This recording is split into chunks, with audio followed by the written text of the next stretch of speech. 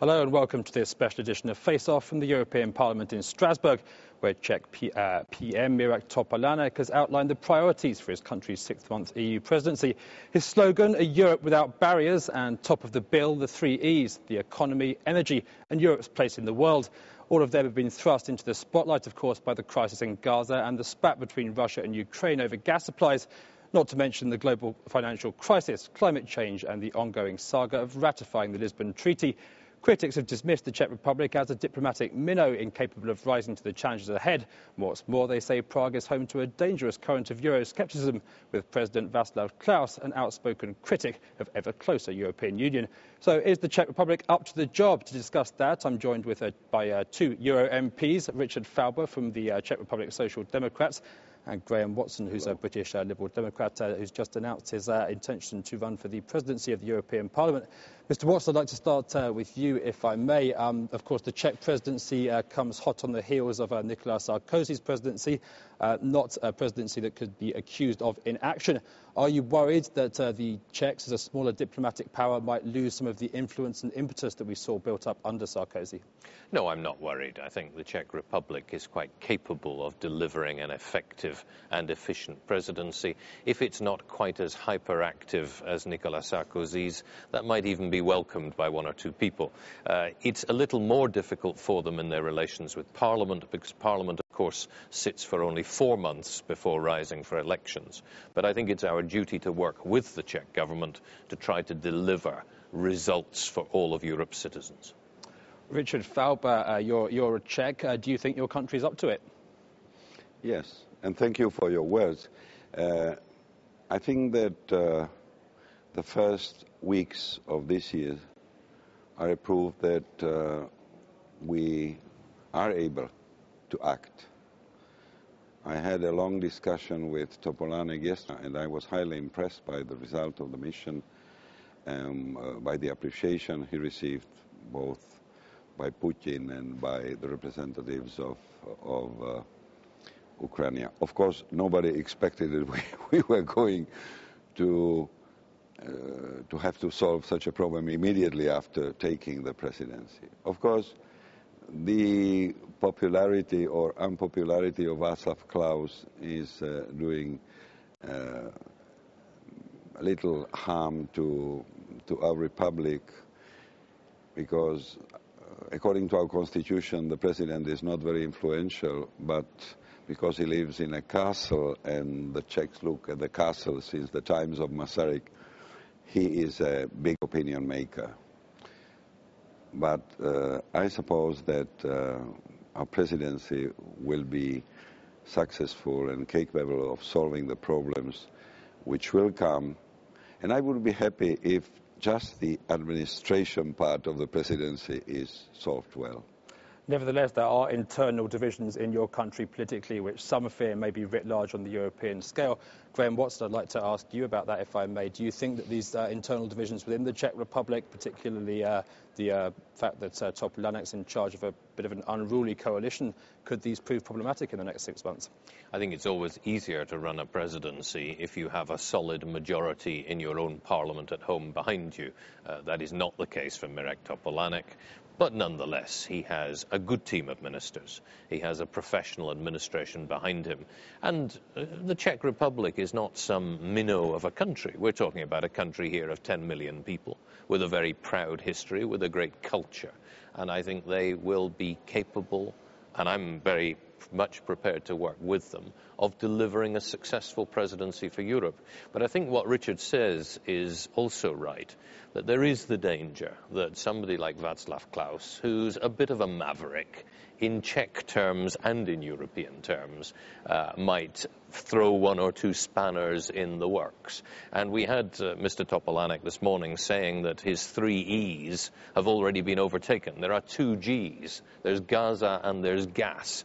Well, unfortunately, there's a 3rd G, and it's Mr. Ganley, Mr. Declan Ganley, the anti-European Irishman, who's a close pal of Václav Klaus's, and may lead to temptations to try to do silly things with the ratification of the Lisbon Treaty.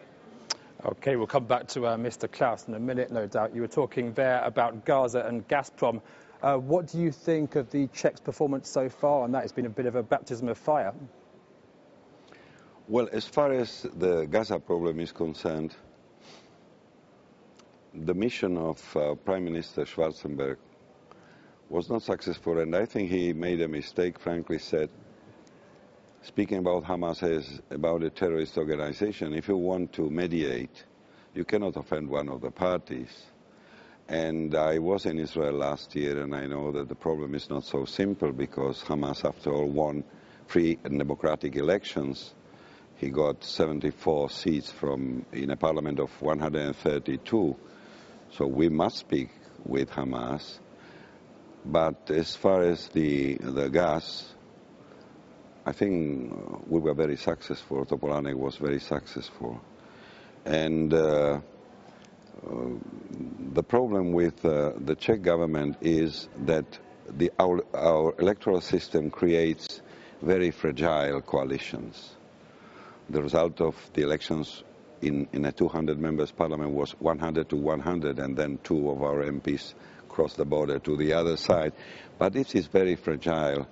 I would like to have the British electoral system, which creates a one-color government, and you can do what you think is good, and then the coalition suffers, the opposition suffers, but then you can change the cards. And I think this is a problem which is now taken very seriously in our country. There are discussions about changing the electoral system. Of course, Topolánek now is changing 4 ministers in his team, which is considered as very risky by some of the Europeans, because they don't know anything about the mechanisms here.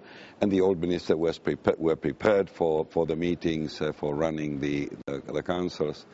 So this will probably create some problems. But nevertheless, we are masters of improvisation.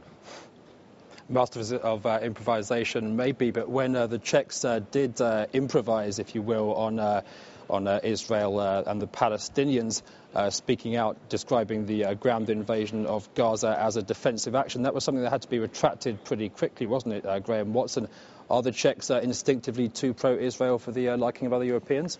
I think often when a country takes on the presidency, particularly if they've the presidency for the first time, as the Czech Republic has, as a relatively recent joiner of the European Union, there are 1 or 2 teething troubles. And I think the initial position taken on the Israel-Gaza issue was a mistake. And I think, too, the initial reaction to the gas dispute as being purely a commercial matter between Ukraine and Russia was a mistake. But this, in the broad sweep of things, is not important.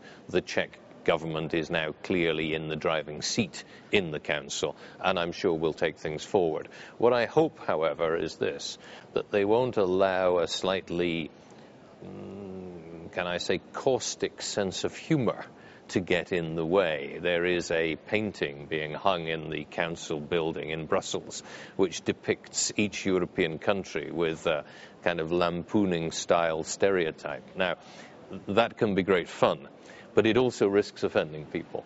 And I think any country in the presidency has to tread very, very carefully when they're dealing with other people's sensitivities. Talking about humour there, one thing not often thought terribly funny, Richard Falbr, finance. The Czechs, of course, come in the midst of a world financial crisis. The Europeans have been coordinating their response to this. During his speech there, Topolánek said that he would obviously help continue in that vein. But at the same time, the Czech government is a market-oriented government in terms of economics, not really a natural fan of government intervention, bailout plans, stimulus plans. How do you see those two elements sitting together over the next 6 months? There was an interesting moment in the reaction of Topolánek to the criticism of Klaus. He spoke about the role of Klaus in the beginning of the 90s and the good things he did for the Republic. But the fact is that when he ended the government, we had to pour billions of crowns in 3 big banks, which were before collapse, because Klaus did not want to privatize them. So we even spoke of socialist capitalism at that time. And it was the Social Democratic government which made the necessary steps. And this is why he said that we have solved our financial crisis a couple of years ago. And I think the first reaction of the Czech politicians to the existing crisis on the West was very funny, because they said that nothing was really happening, but everybody says that we will have to pay because we have the industry built on the production of automobiles, and we are now feeling very strongly the consequences. Now, Graham Watson, something very definitely is happening as far as finance is concerned. Can a country that's not even part of the Eurozone yet really expect to call the shots with Europe's biggest players? Well, look at Europe. A majority of countries are now members of the Eurozone, but by no means all. There are many countries that are still not. I've no doubt that the Czech Republic will one day join the Euro. I've no doubt that the United Kingdom will even one day join the Euro, however taboo a subject it is currently in UK political debate. But I think that, nonetheless, the country in the presidency is going to have to face the very difficult challenge of leading Europe at a time of what appears to be a very deep recession. The Germans have just decided to inject some 50 billion euros into their economy. That's 1.5% of GDP. The depth of the United Kingdom recession and the depth of the recession in Italy are proving to be a major challenge. And I think the injection of a little bit of entrepreneurial spirit of the kind we've seen in the Czech Republic will be a good thing. I think there is a recognition in both of the major parties in the Czech Republic that Europe has to be competitive. Yes, we've got to have a European social model, but we've got to be competitive, and we've got to make the single market work to its maximum benefit for Europe's citizens. OK, we talked about him a little bit earlier, Václav Klaus. Some pretty outspoken comments on Europe in general and on the environment. Richard Falbr, does he embarrass you as a Czech? Yes, it's very funny, because every president elected lives in a splendid isolation in the castle of Prague, surrounded by yes men, and in a certain time loses contact. But the funny thing is that he's an expert for everything. He speaks about the global warming non-existing. When there was a big collective bargaining in Škoda, Volkswagen, he intervened in the collective bargaining, giving advice to the trade unionists what to do. It is very funny, because he was completely different when he was prime minister. I was the leader of the unions in Czechoslovakia at the time, and he was completely different. He listened when it was necessary. He was very patient when explaining things. But now he's playing a role of a solitaire. The problem is that, according to the Czech constitution, he is not responsible to anybody. He's elected by the parliament. He's not responsible, but he's still a bit of a loose cannon. We cannon. don't have an impeachment system. Some would like to have it. But I think that he will be more diplomatic during the Czech presidency. Do you agree with that, Graham Watson? Do you think the Klaus factor is a worry? I fear that some may try to goad him into taking controversial positions. I hope that he will have the wisdom not to react to that, and that he will recognize that he has to allow Mr. Topolánek and his ministers to get on with the job of running the presidency. I think the division of labour is an intelligent one. Mr. Klaus will represent the European Union in dealings with third countries, whereas Mr. Topolánek will run the presidency when it comes to the internal matters and the internal European Council meetings of the Union. But they have to make it work between them, and that is going to require a good sense of caution on the part of each of them. Graham Watson, I'm going to have to stop you there. Thank you very much for joining us, and to our other guest, Richard Falbr from the Czech Republic. That's all from this edition of Face Off. Plenty to talk about the European presidency by the Czech Republic. Another edition of Face Off tomorrow. Do join us then.